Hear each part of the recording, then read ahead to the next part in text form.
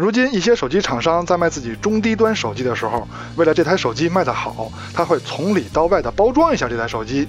比如说左边的1+9RT，它的后摄主要镜头只有2颗，超广角跟主摄，但是它的工业设计看起来跟3颗镜头似的，甚至比它的大哥1+9 Pro 看起来还威猛。而右边的 X70 Pro Plus 呢，它的后摄是实打实的4颗光学镜头。有意思的是 1+9RT 的拍摄界面中有4个焦段切换按钮，除了主摄跟超广角以外，还有2倍跟5倍。你说这不巧了吗？ X70 Pro Plus 的拍摄界面中也是4个焦段切换按钮，也有2倍跟5倍。那么这2台手机在对比的时候，可就有真有假了。这里先问大家一个问题，你们觉得手机后摄中长焦镜头重要吗？如果你觉得重要，打1啊；如果你觉得你更重视主摄跟超广角，有没有长焦无所谓，打2。今天我们聊2台手机的对比，一台手机呢是1+9RT新发布的手机，另外一台呢是 vivo 的 X70 Pro Plus。为什么是这2台手机对比呢？因为我手里正好有1+9RT。哎呀，这不是巧了吗？我兜里好像刚好有一个 vivo X70 Pro Plus 呢。我没忍住。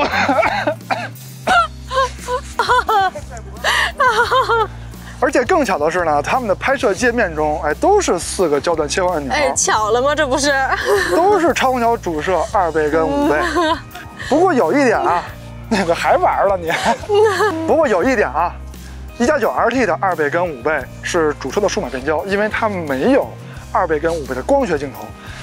可是 vivo X70 Pro Plus 可是有真正的2倍跟5倍的光学镜头的。那么今天呢，我们就借着这2台手机来聊聊数码变焦跟真正的光学镜头在成像方面的差距。我们会在节目中呢拍摄一些摄影作品，这些摄影作品呢都是用这2台手机拍的。不过重要的是，您手里不管是什么型号的手机，您也可以拍。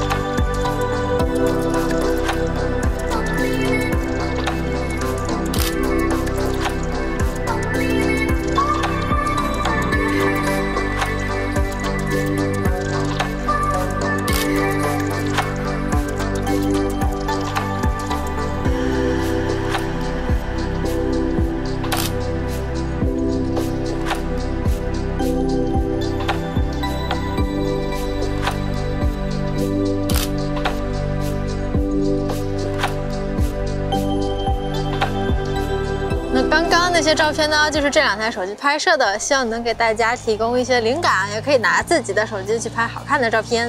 欢迎收看 ZPH， 我是大吴，我是长长。我们节目呢会聊手机、聊摄影、聊关于手机摄影的话题。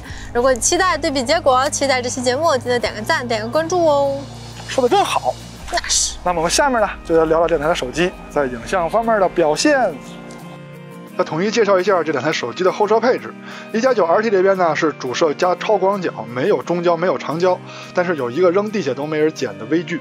不过主摄跟超广角在日常使用中还是很常用的，比如说夜景的时候，长焦都会用主摄来拍，而且这2个镜头相对于中长焦来说更容易收录大光比的环境，所以宽容度环节呢，这2个镜头也很重要。X70 Pro Plus 除了有主摄跟超广角以外，还有2倍跟5倍的2颗光学镜头。那么这期节目的中长焦的成像差距方面，就由这2个焦段来体现了。后面的时间里，我们简称1+9RT为1+，vivo 的 X70 Pro Plus 简称 vivo。先说主摄，毕竟主摄的应用场景更多。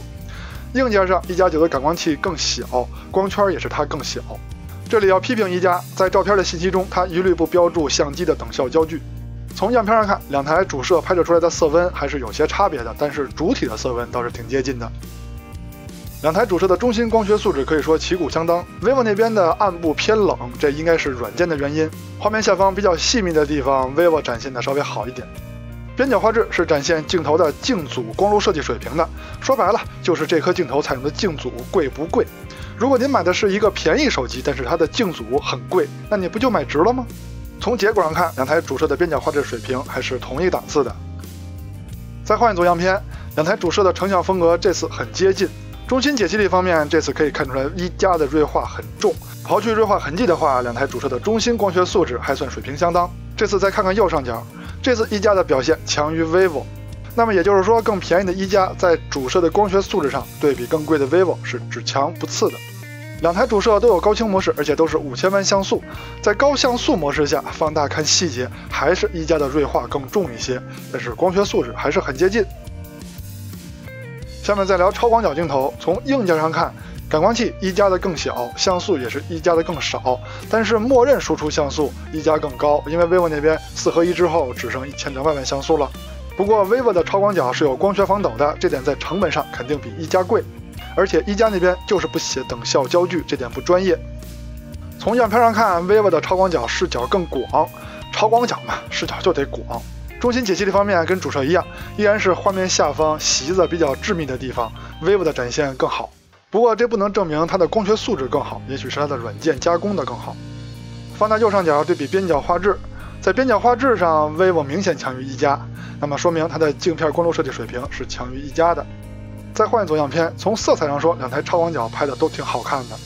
中心解析力方面依然是 vivo 在细节呈现上比一加的强。刚才放大右上角，这次咱们放大左上角，结果左上角的画质也是 vivo 的更强，那么就说明这台便宜的1+9 RT 采用了便宜的超广角镜头。哦对了， vivo 的超广角跟主摄一样，也是有高像素模式的，一加这边只有主摄有，它超广角只有普通模式。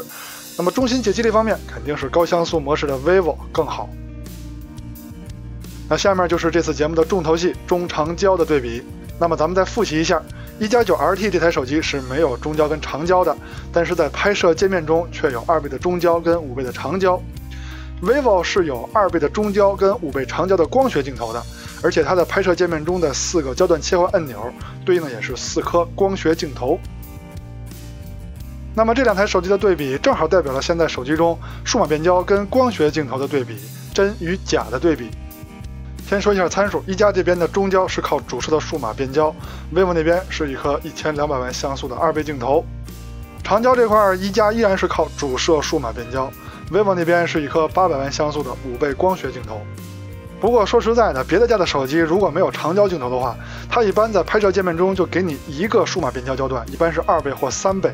一加是直接给你俩，你说这是不是有点太替消费者方便考虑了，是吧？先看2倍中焦的对比样片，一加的数码变焦呢拍出来稍微有些发白，相对于 vivo 的2倍光学镜头来说。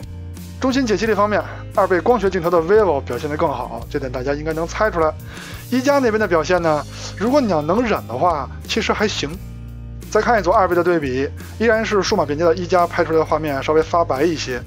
中心画质方面跟上一组一样，如果你要能忍的话，2倍数码变焦的一加效果还凑合，但肯定没有 vivo 的强。其实从这组2倍的对比中，就可以从侧面反映出现在的手机厂家，如果后摄只能搁3颗镜头的话，它可能会偏向放一颗5倍的，它不要2倍镜头，因为普遍的2倍焦段靠主摄的数码裁切还能忍。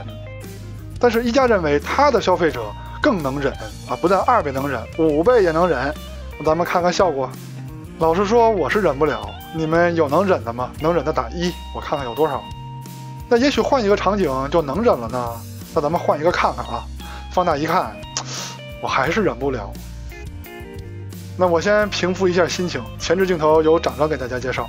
1+9 RT 的前摄关掉美颜之后还挺真实挺还原的，打开美颜足足有8个选项，老全面了，磨皮、瘦脸、大眼、鼻子、下巴、小脸、补妆、立体，老多了。平时想简单自拍一下肯定是够用的，但是它手机里自带的滤镜呀，感觉就不是给自拍设计的。vivo 呢，它前置有人像模式跟拍照模式，就是原相机模式2种。原相机里呢还可以开启高清人像，人像模式里呢可以调滤镜、美颜，也是8个功能。而且这8个功能还可以点开，还有2级功能，比如说它瘦脸，还分正脸跟侧脸，还有各种风格的脸型，总之就是特别好，基本都不用再用美颜相机了，我觉得。背景虚化方面呢，一加不能调节背景虚化效果，在人像模式里会自动的背景虚化，效果还可以吧。那 vivo 就相对更好一点，它在人像模式里可以调节背景虚化的效果，就是背景虚化的程度。人像拍摄一直是 vivo 的强项，而且它还有一个2倍的人像镜头，焦段更丰富。一加这边只能用主摄拍摄了，不过它的实际拍摄效果还是挺好的。人像的肤色比较粉嫩，不过它跟 vivo 一起比的话，我估计可能更多的人会喜欢 vivo 的色彩吧。这组 vivo 的照片中，人的腿显得比较长啊，整个人的身形显得比较修长，这是因为拍摄时候的角度啊，手机的高低是有关系的。这个锅呢不是一加背，这是我拍的时候的问题。宽容度的对比就主要看超广角跟主摄了，因为它的视角广嘛，更容易收录大光比的场景，这点呢中长焦的压力倒小一些。从第一组样片上看，两台手机的主摄表现还是很接近的，但是超广角的表现上 vivo 的表现，尤其是暗部细节的表现明显比一加强。再换一组，两台手机的主摄依旧是很出色的，而且一加的天还比较蓝。同样的是超广角的表现还是 vivo 的优秀，主要是暗部细节的刻画。夜景拍摄也是主要看主摄跟超广角，因为在暗光下，长焦拍摄也是用主摄的数码变焦来拍摄了。先说一下，两台手机自动夜景都关不了。首先看城市灯光照明环境下，两台手机主摄的表现还是比较接近的，暗部细节的刻画上 vivo 更出色。超广角的差距仍然体现在暗部细节展现上 ，vivo 做的比一加强。来到一个更暗的环境，两台主摄的暗部细节展现差距更大了，尤其是画面上方的暗部细节展现。超广角的差距也是如此，主要是在暗部细节展现上。夜景照片的对比不是看谁拍的亮，而是看谁细节展现的更多。如果细节展现的一样多的话，那当然照片越暗越好了，那更像夜景嘛。现在是夜景模式的对比，刚才是自动夜景，因为这个场景比较暗，叫女流氓小巷。夜景模式下，两台手机主摄的表现比较接近。超广角的夜景模式依然是 vivo 的好，细节展现的更多。来到更暗的祖传神树场景，一加的夜景模式表现主摄上啊，我还是比较喜欢的。vivo 那边有点太亮了，虽然说它的细节展现更丰富，但是超广角的表现嘛就没有争议了，肯定是 vivo 的更好。最暗的祖传神树 Pro 场景，主摄的夜景模式差距拉开的就比较大了 ，vivo 的细节展现丰富的多，那超广角就更没有悬念了。下面聊聊视频录制，因为光学素质前面已经讲了。视频录制我们就用的是默认设置，主要看看大家比较关心的防抖表现。现在看到的是主摄，两台手机的防抖表现的都不错，但是色彩上我更喜欢一加 ，vivo 那边有些白。现在是超广角，两台手机走路的防抖表现都还不错，色彩上依然是一加这边更深沉一些。2倍录像的表现，一加这边是主摄的数码变焦 ，vivo 那边是有一颗2倍镜头的，但是两台手机在视频录制上差距并不大，因为毕竟是1080p 的视频。但是5倍端的录像表现就跟前面的摄影一样了 ，vivo 的表现明显更好。一加那边只能靠主摄数码裁切到5倍，那清晰度肯定是没法跟 vivo 比的。夜晚主摄录像的表现，两台手机最大的区别是鬼影的区别 ，vivo 那边的鬼影控制得很好。防抖方面，两台手机差不多。亮度上是 vivo 更亮一些，其实它不用这么亮。超广角夜晚录像的表现跟前面夜景模式的一样，也是 vivo 的表现更好，细节展现的更多嘛，周围景物看到的也更多。OK， 女流氓小巷这个大家喜闻乐见的场景，也是录像的最暗场景，在这个场景下 vivo 的主摄表现明显强于一加。超广角的表现也是 vivo 更强，但是它强不强的已经没有意义了，因为它自己也不行。一加 9RT 跟 vivo X70 Pro Plus 这两台手机在硬件上还有工业设计，在这期节目中我们就不过多的展开了，毕竟他们两台手机我们前面都有单独的节目。总体来说呢，一加更便宜，而且没有中焦跟长焦 ，vivo 这边更贵，中长焦都给你配齐了。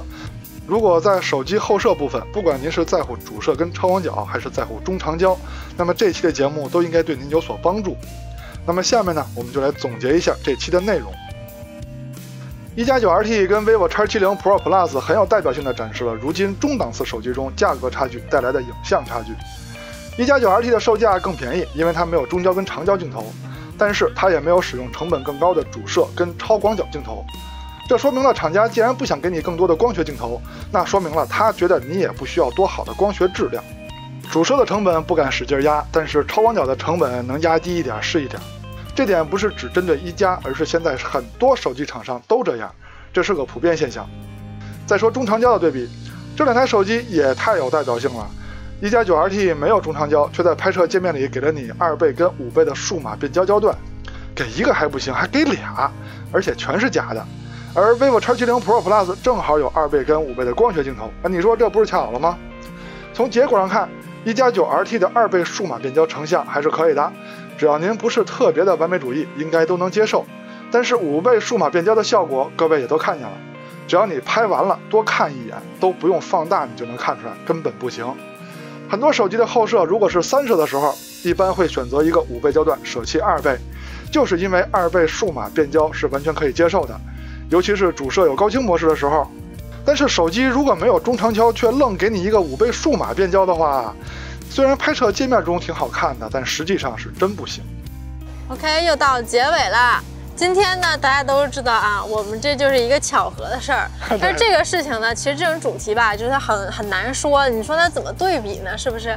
哎，我手机怎么没了啊？可能这期节目到这就结束了吧？拜拜。行吧，那记得点赞加关注啊！我们下期节目再见。而且我们下期节目没准更精彩，不是没准，是肯定更精彩。